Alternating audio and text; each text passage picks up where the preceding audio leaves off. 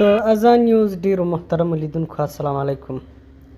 د افغانستان او پاکستان ترمنځ اوږده غځېدلې فرضي کرښه ډیورنډ چې وخت نا وخت د دواړو لوریو ترمنځ پکې د جګړې راپورونه ورکول کیږي، یو ځل بیا د ننګرهار په سرحدي ولایت تورخم سیمه کې د افغان امنیتي ځواکونو او پاکستاني ملیشې ترمنځ جګړه شوې ده.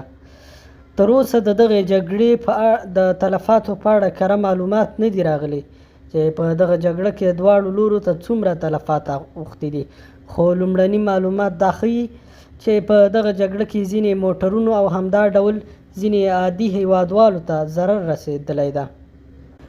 داسې ویل کېږي چې دغه جګړه له هغې څخه وروسته رامنځته شوه. افغان امنیتي ځواکونو غوښتل د تورخم فرضي کرښې ته نږدې په خوړ کې یو زړه پوسته بیرته فعاله کړي چې د پاکستاني لوري لخوا ورباندې برید شوی ده، چې په نتیجه کې یې جګړه رامنځته شوې ده. داسې ویل کېږي هغه سکواټر چې دغه سیمه کې یې پوسته فعالوله د پاکستاني لوري لخوا ویشتل شوی ده، چې وروسته جګړه رامنځته شوې ده. په ننګرهار ولایت کې د اطلاعاتو امیر قریشي بدلون پر خپله فیسبوک پاڼه یو پوسټ کړی ده. نوموړي ویلي دي په تورخم کې د پاکستاني ځواکونو تر برید وروسته د دواړو خواو ترمنځ خطر شوی ده. د ننګرهار باختر اژانس د خبر له مخې تورخم کې د پاکستاني ځواکونو له لوري پر افغان خاورې برید تر وروسته دواړو خواو ترمنځ نښته رامنځته شوې ده.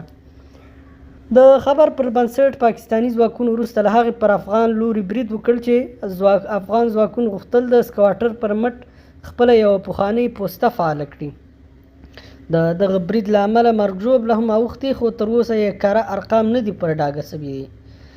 یاده لاره اوس مهال د جګړې له امله د هر ډول تګ راتګ پر مخ تړل شوې ده، خو دا چې دغه لاره به کله او څنګه بیرته خلاصه شي په دې اړه تر اوسه څه نه دي ویل شوي.